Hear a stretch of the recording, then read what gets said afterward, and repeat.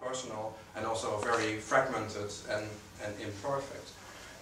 So having said so, I present you the reflections of Rilke on two works of art, and the first is a series of 6 tapestries, of which you see 5 here, that were found in the middle of the 19th century and that date from around 1490, 1500. A very special date, of course, because it's at the same time that the New World was discovered. And they really are a great intellectual summary of culture at that time. They are really high, late medieval culture. So before I go into that, a few things about what is happening here and why Rilke wrote about it. This is part of his sort of reworked diary that he made in, I believe, between 1904 and 1910. So it's in that time that he saw these tapestries. And he has all kinds of little anecdotes and notes about things that he experiences. And he uses these little settings to develop certain thoughts about his life, about the world that he sees. So when he sees this work of art, and I will show you more pictures later, he doesn't concentrate on that immediately, but on something different. I hope you can see this. This it's nowadays in a very dark room in the Musée de Cluny in Paris to protect the tapestries, the colors. And here you see an audience that is sitting in the dark. And it really has a temple-like atmosphere. It's almost like a sanctuary. People generally are very silent when they are in here, and they just sit there as if they were meditating and looking at these tapestries, which actually I think is what these tapestries are supposed to do with people. They are very spiritual in the way they are designed. And typical, I think, for Rilke is that he doesn't write about the tapestries, but he writes about girls from the Parisian Academy of Arts who are making sketches from these drawings. And by zooming in on these girls, and he describes them as coming from outside Paris, having left their families, and having become individuals that are really seeking to establish their new lives. By zooming in on them, in the end, as you discover, he really is talking about the tapestries, because the tapestry, all of them, all the 6 of them, depict one woman. And it's a series of 6, as I said. 5 are the 5 senses, so seeing, hearing, everything. And the 6th one, and I show it to you now, is this beautiful tapestry. It's without any doubt, it's the final tapestry in the series. And it says on the tent, "À mon seul désir," to my only desire. Although in medieval French you could translate désir in a different way. I will come back to that. So what is she doing?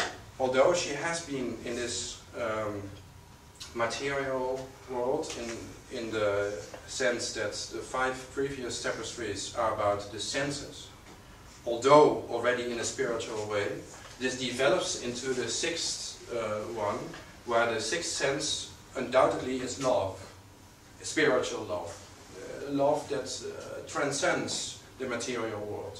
And as a symbol of that, she takes off her beautiful necklace and gives it back to the servant. And "à mon seul désir" is actually it can be read as an anagram, and then the word for mourning is in it, and this is explained by the fact that her husband had died, and this is probably part of the hidden message. So it is a love that takes a step away from the material world, and that takes the 5 senses actually as a kind of ladder to reach this immaterial love. And this immaterial love is imminently connected to death, and it's in a way an immortal love that embraces life as something that is connected with death, that accepts that, and because of that is an immortal love. And as I said, this series of tapestries really is a summary of European spiritual thinking, of European culture in this age. But it's also much more than that.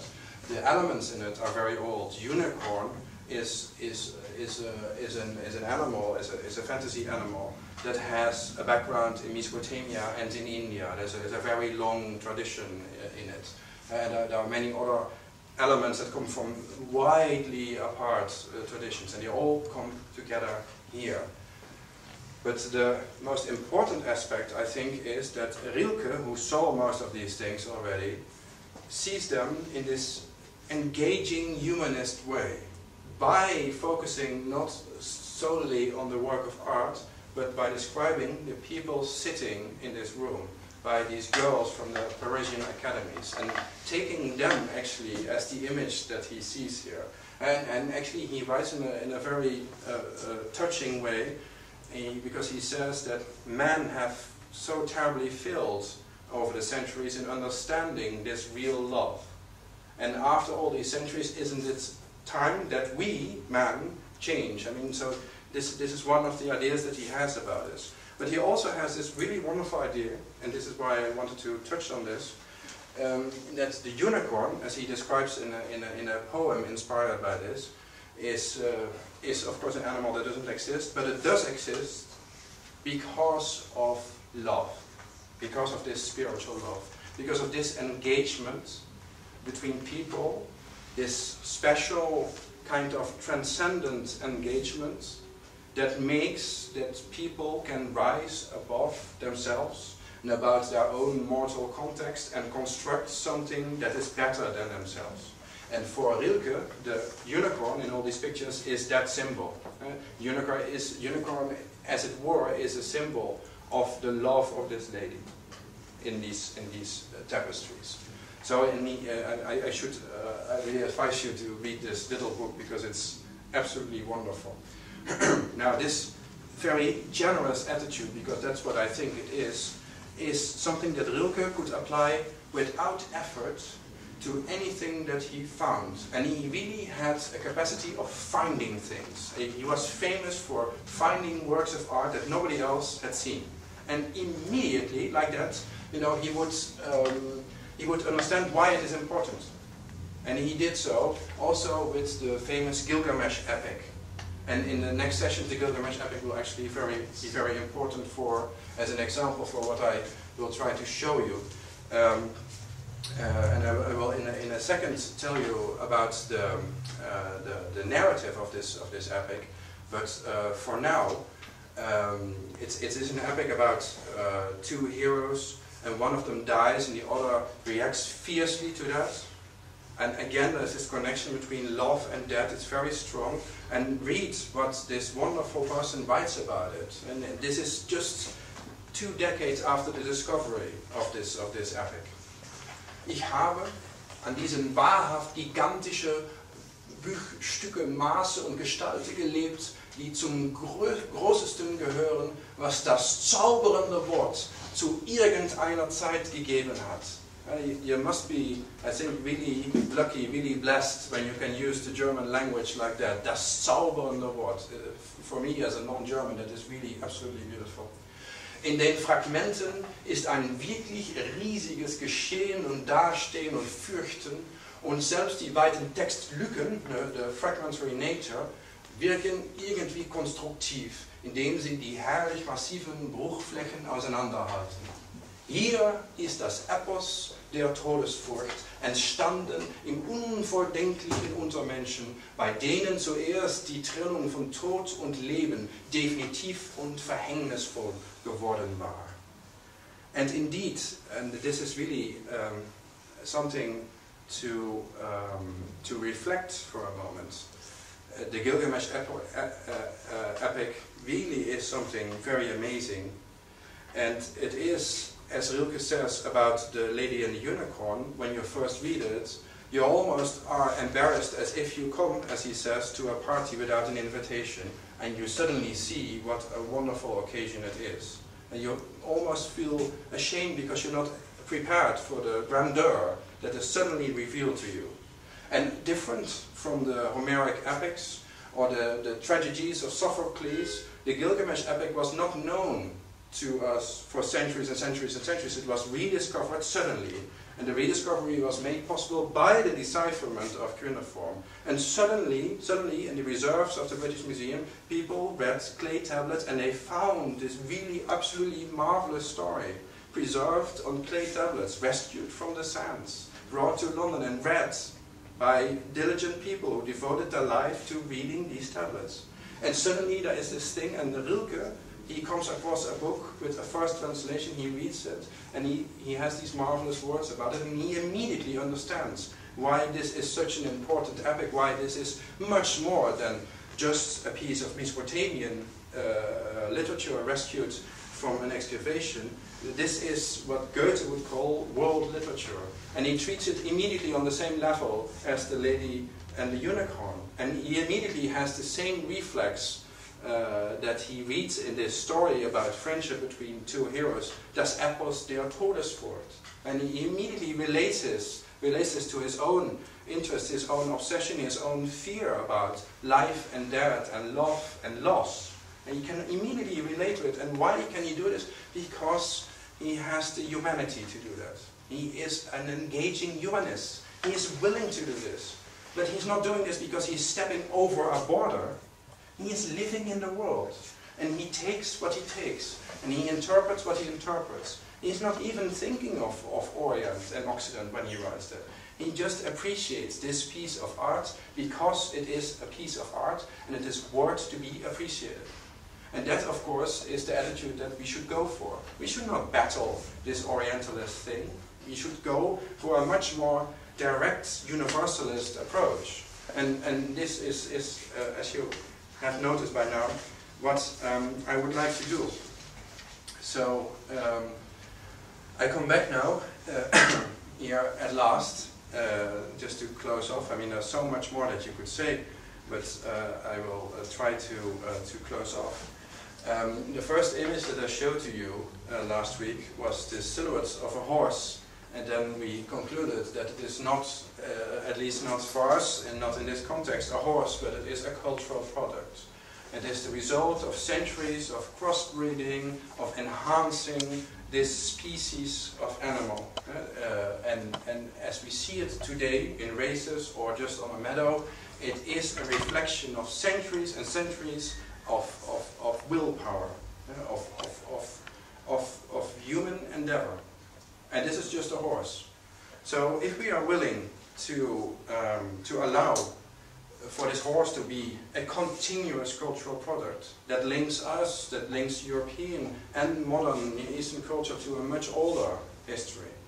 And when we are able to accept the same thing, for instance, for language, I think everybody would accept that language has a background in older languages, and that as we know, for instance, most of the Western European languages are related, for instance, to Persian and Indian, there are a common past. If we are accepting that, and if thirdly we are accepting even on the level of genes, as I told you last time, that there is this enormous wave, this spread of genes from the Near East into Europe and to other parts of the world.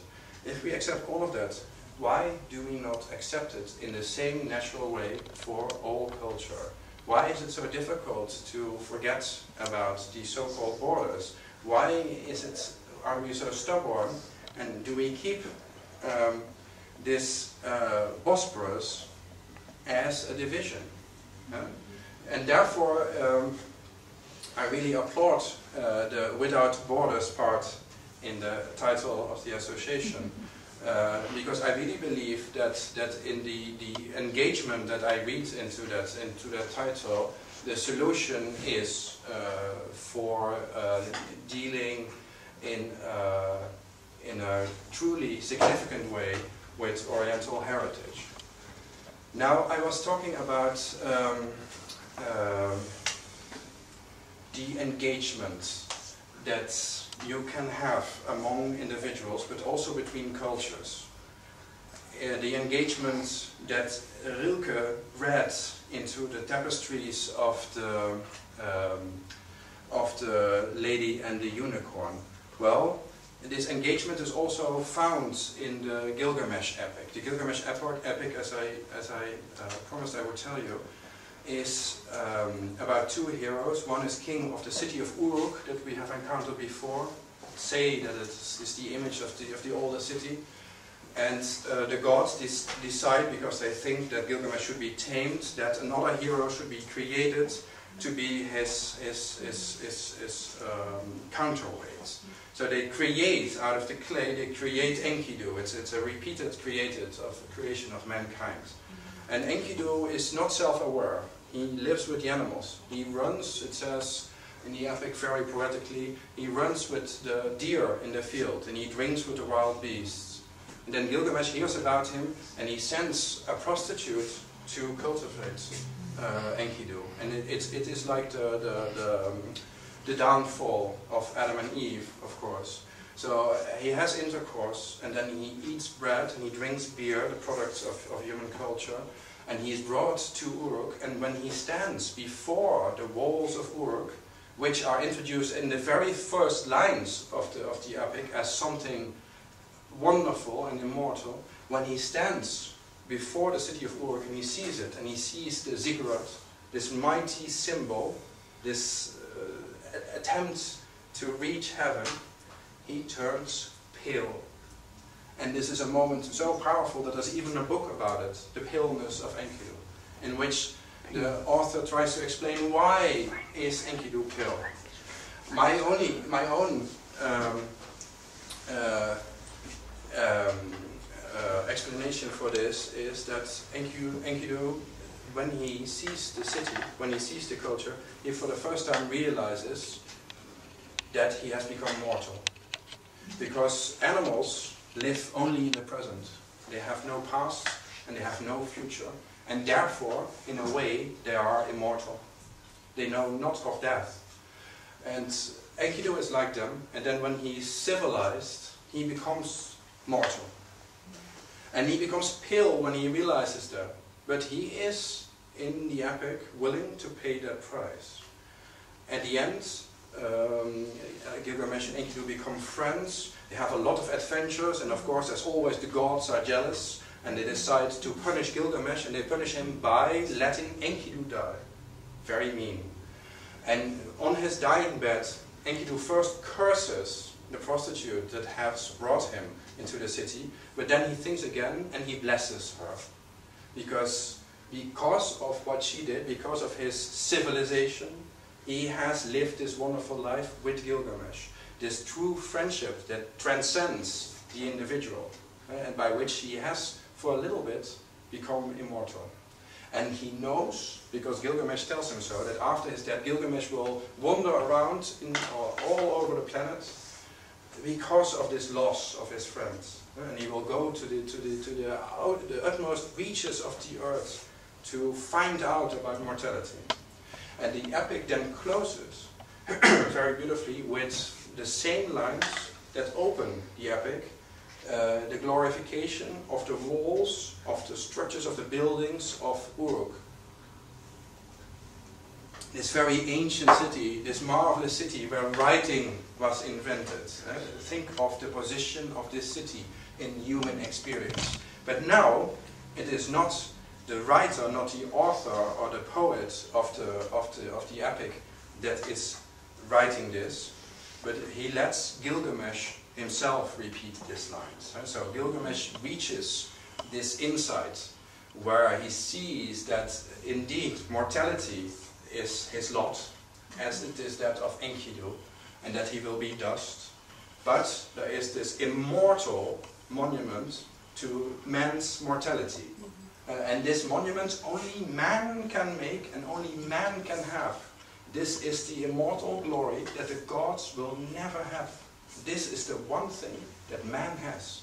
And it is this faculty of transcending your individuality and transcending your own locus in time and in place, and also this real encounter between two individuals described so beautifully in this epic, between Enkidu and Gilgamesh.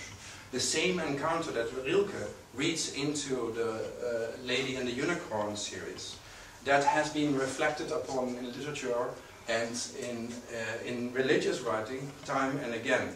And what I'm heading for, obviously, is this passage in the Gospel of Luke, where a few of the apostles, after the death of Jesus Christ, leave for a place called Emmaus. And on the way there, Christ joins them, but they don't recognize him. And they talk with him, and they even have a meal with him.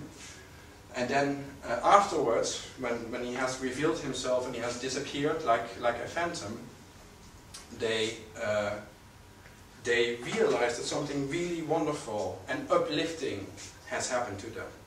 Now there are all kinds of explanations in theology, of course, of this. But one that really strikes me as very powerful is by a Dutch theologian called Eduard Said, who was many times condemned by the church, by the way, because of his non-orthodox interpretations. And he reads in this passage, in this particular passage, maybe what is the essence of why spirituality matters. It is for him the encounter between people, the apostles, that reaches a level that creates the divine. For him, God is created in the encounter between people. People are able to rise above themselves. And this is actually said so in the Gospel, because the apostles afterwards, after they have had this experience, they say, our hearts were burning. And this saying, especially in the Catholic world, this saying, our hearts were burning, is actually so widespread that there's even an acronym for it. OHWB. Thank you so much. Thank you.